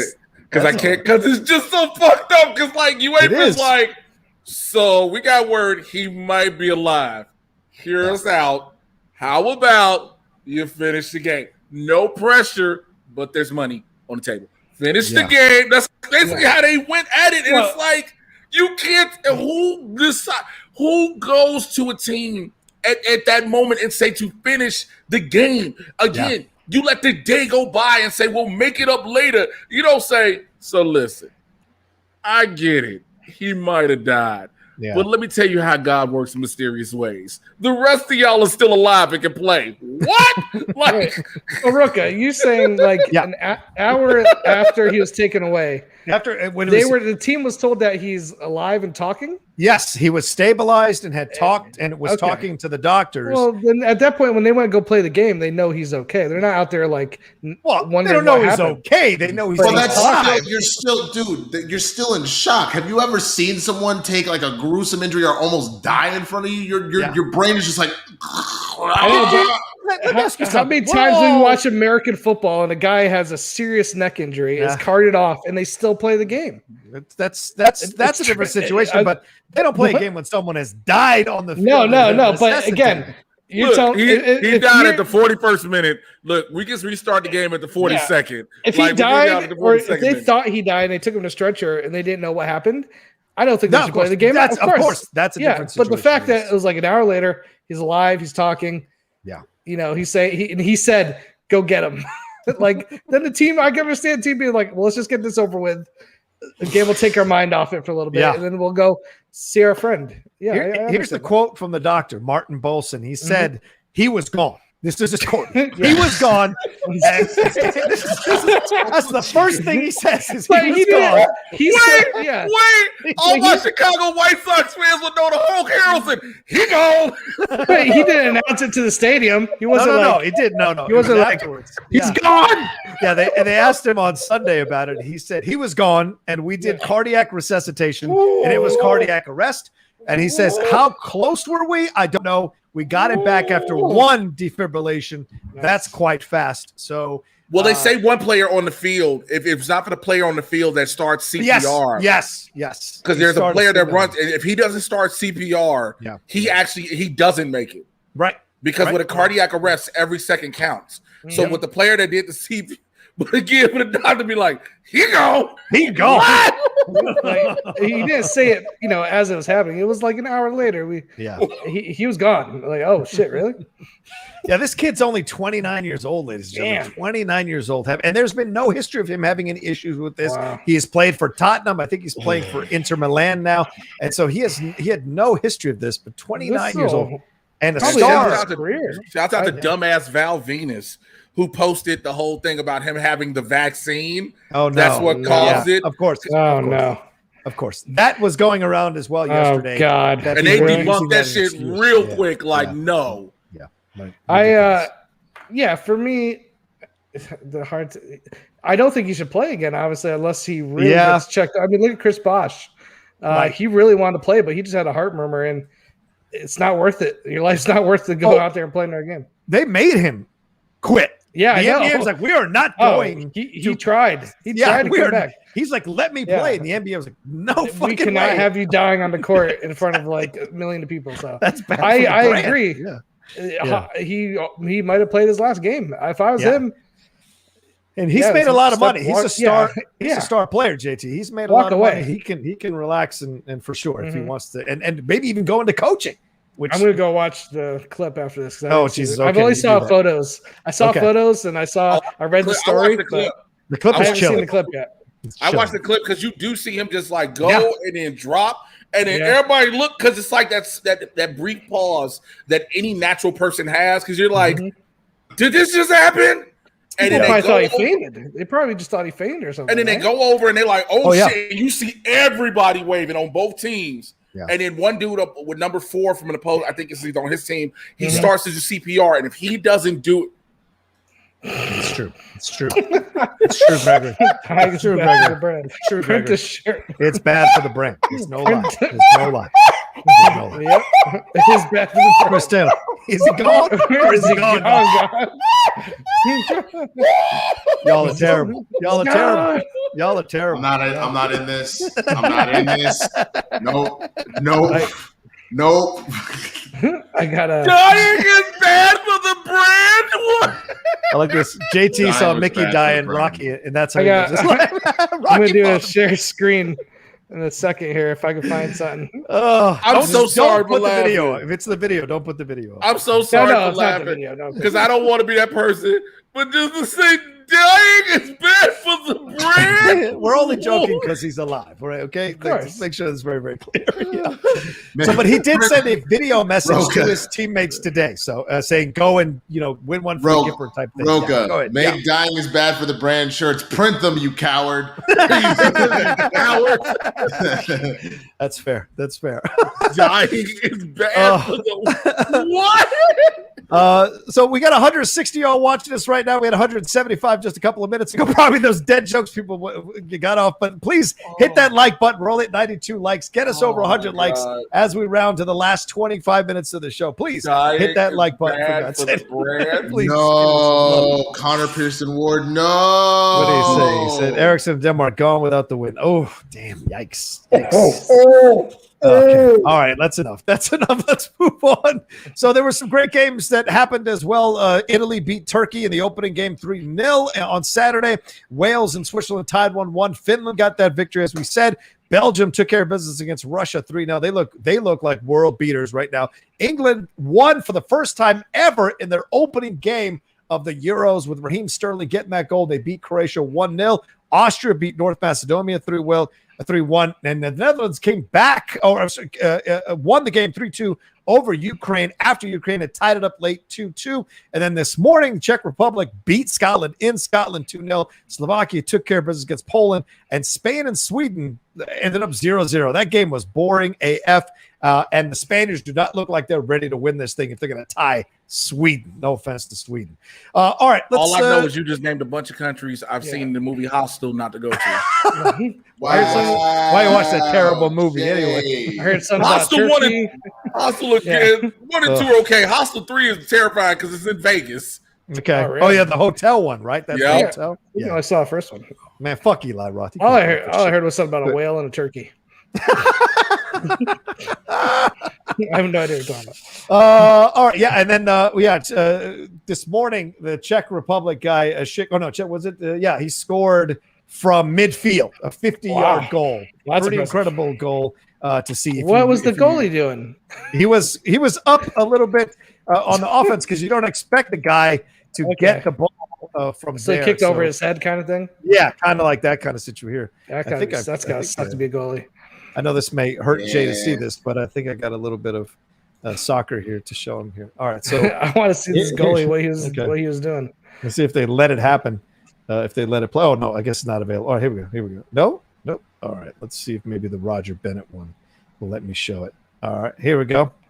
Turn it down. That's impressive. And all right, there it is. Boom. Where's the goalie? Oh, goalie. Damn. Wait, look at the goalie hit the net. The goalie hit the net. You know he was going full fucking speed. Rocha, run that back real quick. All right. My homie was just, no. There's the block. Block! Woo! One shot. Look at him run like, oh shit, oh man. He should have got 2 points, one for the ball, one for the goalie. That's a rugby goal. The goalie got up goalie was laying there like, so you're probably wondering how I got in this situation. Bro, did they get the movie? he definitely came up and he was like, "Yeah, y'all." We go, "Oh shit!" He wasn't even looking back. He was just trying to get back to the goal. Oh, I hope they had to cut him out of the net like a fish afterwards. Hope he got caught up. That's JT, terrible. you're a fucking savage. Holy This shit! motherfucker's in the net like this. Yeah. So the homie wrapped up like Spider-Man. Yes. Oh, Good one. man. That's a good one. Okay, so that's it. And the games continue tomorrow. They start at 6 a.m. on the West That's Coast. embarrassing. So I've been going to bed at 10 o'clock every night so I can get up a chance to watch them. Let's move on to a little NFL action. I don't see any more Streamlabs that have come Rocha, through. can I have a quick question? Yeah, Has go ahead, there ever been a goalie like Manute Bol who's just like super long?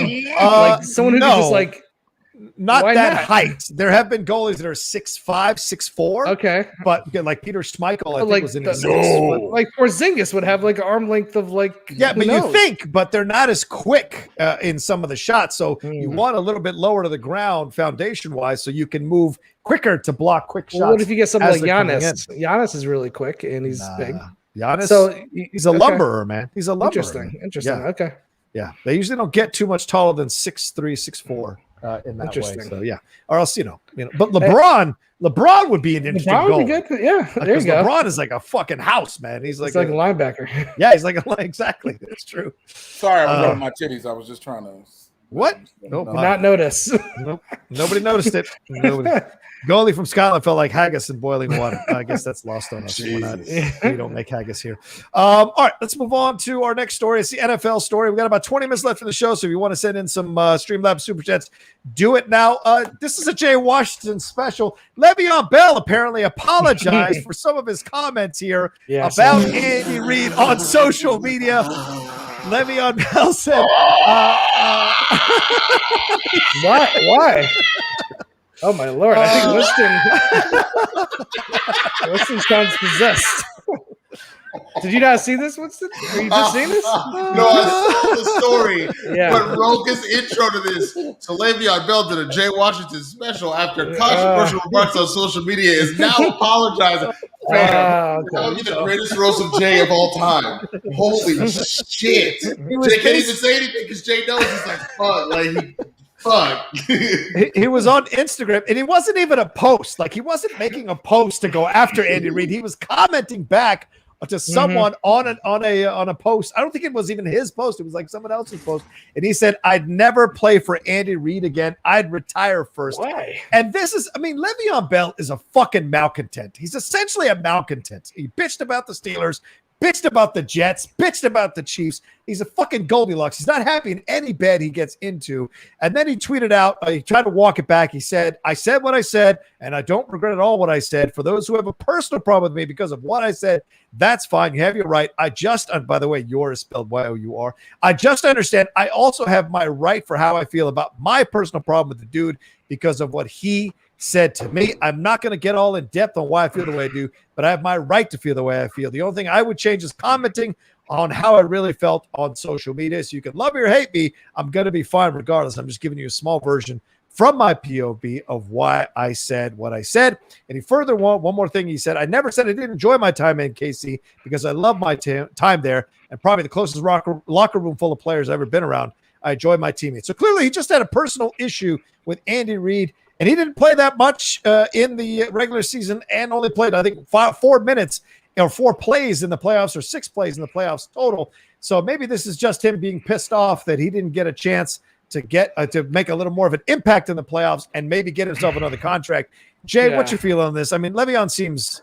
Oh, yeah, come to me first. He's a only because I give you shit a little bit, so I want to give you a chance here. But he's a malcontent, right? I mean, what the fuck? Some people just like, I didn't care for where I was. Again, the NFL, look, in the He's NFL, getting paid millions, Jay. But let's be real. How many people have we heard about getting paid millions that bitch that they don't want to be on the team no more? Let's just be real. We hear about it every season. It's at Aaron Rodgers. Aaron Rodgers is out here living. That's a good point. Aaron Rodgers has told the whole city of Green Bay, fuck you, fuck that team, But I think that one's different, and I will give him credit for this. Aaron Rodgers has gone and balled out and been your MVP, and you left him with no line, no defense. I agree. This is true. Won a Super Bowl by himself. Yeah. I think he is allowed to be like, fuck y'all. What has Le'Veon Bell done to be like, yo, fuck Andy Reid? I ain't playing for that fat son bitch. He ate my ribs. I'm mad. Bell should not be burning any bridges because there's not a lot of bridges left for him, I don't think. There's not a lot left for Le'Veon, man. Yeah, that's true. There aren't a lot. At this point, it's like, look, but see, you got to remember, when you talk about a lot of players burning bridges, we forget, we talk about them playing. But look, what's the next? It's Le'Veon Bell. What's the next transition for him to go to? To a desk. And ain't nobody going. You're not gonna not have Le'Veon Bell. He hasn't been good enough to be on a desk. He had great seasons for sure, but not enough that he'll make the Hall of Fame. Nothing like that. So everybody on the desk ain't in the Hall of Fame. Like, bro, but you had to have been good enough that like you would maybe at least be near a conversation because you have a couple rings or you did something where you won Defensive Player of the Year. He ain't won an MVP. Did he win Rookie of the Year his year? I don't think he did. I don't think he did. Yeah. No. Like, what has he done other than be the number one draft pick for running back in fantasy football? Get the fuck out of here. Like, that's not. Come on, man. Also, it's weird because like nobody talks shit about Andy Reid. Nobody talks shit about Andy Reid. Everybody was like, "Yo, what?" Because the only thing everybody had ever said about Andy Reid before they won was like, he just can't get there. Like that was.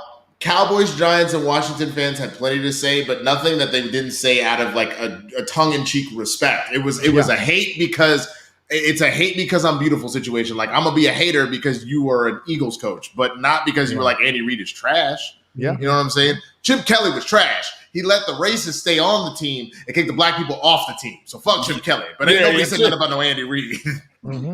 Chip Kelly was like, I run this team like a college program. And everybody in the league was like, no, you don't. He was like, yes, I will. It was like, oh, you think? Okay, watch this. And Chip Kelly was like, so I'm being removed from head coach of the Philadelphia Eagles.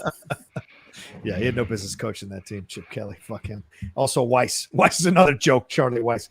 All right, let's move on to it. So we'll see where Le'Veon ends up, whatever team he's. I mean, why would you sign this guy at all if he's like burnt bridges everywhere he's fucking gone? It just makes no sense to me. Sir. All right. Tampa Bay went and got Antonio Brown. That's true. Okay. Never forget, we thought Antonio Brown was done playing football. That's true. Well, that wasn't because they wanted. Hold on, that wasn't because they wanted Antonio Brown. It's because Tom Brady wanted. That's what I'm saying. Like somebody might want Le'Veon. Who's standing for Le'Veon Bell like that? Antonio went and had a sleepover at Tom Brady's house. We're like, do we just become best friends? I quit. Just thinking it with stepbrothers on top. Is Tom Brady, Will Ferrell, or John C. Reilly? That's the question. He's the dad. He's not even Will Ferrell, John C. Reilly. He's Richard Jenkins. Yo. So Antonio is both John C. Reilly and Will Ferrell? Yes. If you listen to those voicemails, that seems like two different personalities.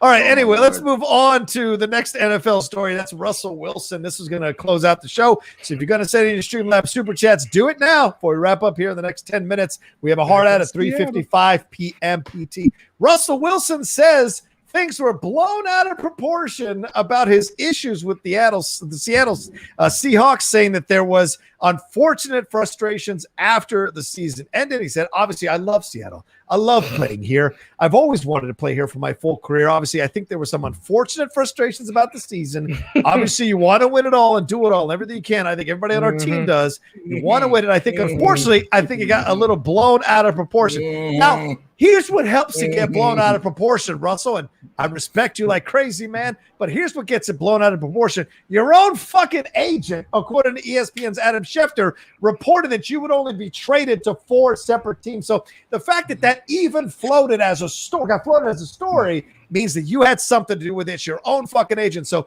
you helped to blow it out of proportion. Don't come after the media said nothing. For this shit. Right. He didn't have to say anything. He could have just went to training camp, said he was ready for the season, and be done. Yeah. Bro, but sometimes it happens. Sometimes you're like, swear to God, you leave a light on one more goddamn time. What did you say? I said, I love you, baby. I'm sorry. I didn't mean it. You were the one for me. I never, ever, ever. No, not at all. That is fantastic. It's very similar. Personal in the sense that I'll be real. My parents got divorced. I heard some things. It happens. Okay, like as a child, you absorb these things. Okay, you just listen to the fights, and you just sit here holding your teddy bear, just rocking back and forth. Why don't mommy and daddy love each other? It's like a break. It is like a breakup. You get in a fight with your girlfriend. You say things that are like, "Damn," and then you come back, you make up. You're like, those things I said when that fight. Those were just anger. It was just. What happened? And then I truly think he wanted to leave Seattle. He couldn't get out, and now he's there. Now he's backtracking because he's going to stay. Again, Chicago got Justin Fields, so we like whatever the fuck you want. Whatever, peace out. We don't care. And I think that was one of the only teams left because it wasn't like he wasn't going to go to Denver. That's where Aaron Rodgers is. Everyone's saying Aaron's going to try to go to Denver now. Look, can't be mad at him. No, can't be mad at him. Why wouldn't I want to play up under John Elway? Well, if I'm Aaron Rodgers with John Elway in the office, why wouldn't I? Jordan Love's getting a lot of love. Like everyone's like next Patrick Mahomes and all this. He's not going to be bad. He's not going to be good. Sid. Girl, you know I love you. I never leave you. I never leave. You and the 12th man, you're the only thing that's important to me. So come on, girl, tighten the nigga up. Let's just make up and kiss up and everything. Hey, I'll do all the local car commercials you want me to do. Well, look at Seattle. We've come. You know what though? Seattle had no backup. Like if they lost Wilson, they had nothing. Right. So there's no way they were going to let him go. But they do that. Yeah, but this is how Pete Carroll played it so well, and their general manager they just stood on the side and said, "We love Russell, nothing's wrong here." Blah blah blah. Big Bulls Pete just was like, "Fuck this guy, man. He's gonna come back around. He got nowhere to go." And after that Houston Texans Deshaun Watson situation, he's got nowhere to go. Bro, Pete's just like he'll come back. I'm not worried about it. Doesn't Watson? They were saying it was the two of them. They were saying that was the issue. The two of them. So you know what he did. Doesn't Watson also want to go to Denver? Watson's like trying to go to Denver too. Oh shit. Hey, I'm gonna tell you something. Jail. As of right now, think about about this though for a second, real quick. Yeah. We have not talked about the Deshaun Watson situation in a minute. Yeah. Post draft. Like that draft like before the draft, and when all of a sudden the talk of him wanting to leave came out, it was nonstop in the news. The draft happened. You ain't heard shit. Now all of a sudden you hearing stories about where he want to go again, and it ain't nothing else behind it. This is the most, like we all said in the beginning, yes, you believe women, you believe when they come forth because of things that have happened and women that have been scared to tell their stories. Of course. But it speaks volumes how now all of that just went. There's a rumor he might get traded. He might get traded to Denver or Carolina. Yeah, those are the two that have been pretty up front. Doesn't Carolina have don't they have somebody already? Didn't they pick someone up, Carolina? Didn't they draft somebody? See how nobody remembers? Yeah, damn. You see what I'm saying? See how nobody remembers? If he gets traded, it'll come right back to the surface, I think. Yeah. I mean, if he gets traded, of course. Yeah, because the fan base will come out and go, there's been no news. There just hasn't. It depends on the team. It depends on the team. Because like if he goes to Denver's a relatively progressive city. And popular. Yeah, they're pretty popular. Like if he goes to Carolina, it won't be as big of a story. It won't be as big of if he goes to Carolina, it's not a big story. He goes to Denver, it comes out again. Yeah. He goes to Carolina, it's just like, all right, so he got this. He's a Panther. Yeah. It won't come out Sam Darnold. Yeah, that's what we're talking about. Come on. He's not. It comes out if let them start winning heavily. And then people start celebrating Deshaun Watson.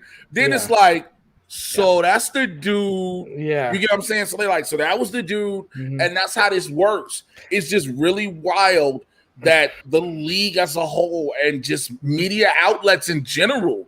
Well, and the NFL is doing an investigation into their own. So until we hear from that investigation, I don't think there's much that could really happen for him. And I think that's why it's gone quiet, because the NFL is on top of it now, and they're interviewing people. You've heard Rusty Harden has come out, and like there's been some comments here, and some of the women have come out and said like we don't want to be part of what he's trying to do. So there's a lot of moving pieces in this, and you just hope the people who were actually attacked or abused or felt completely uncomfortable around Deshaun Watson, receive some justice in this situation for sure. And Deshaun has made the answer for this stuff. That's for sure. If there's evidence that if this was what happened. So absolutely.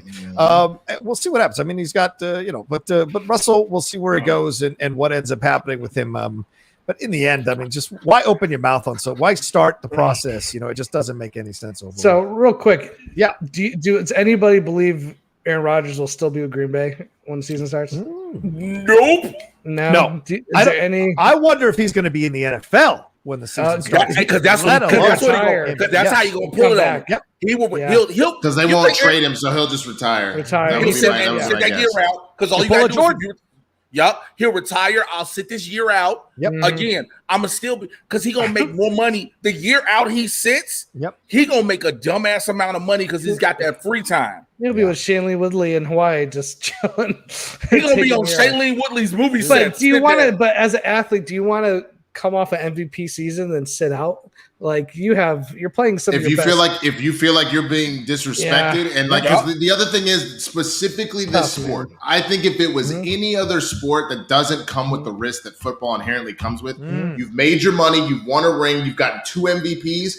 Fuck it, ain't gonna respect me. Then fuck this shit. I'm out. But here's the thing: the competitiveness. Like Tom Brady would never just sit a year out if he was. Don't do this. I'm just saying. He is. Aaron Rodgers is. And yet Gronk did. It just depends. Brady had but that's a different position. That's a different position. But Brady also had enough clout because he was at a free agency point where he said, "Fuck this shit, I'm out." Aaron does not have that. So what is his power play? I'll just leave. If he retires, can he come back the same season after a year? After you have to sit out the year. I don't think he'll do that. We're not going to see Aaron Rodgers.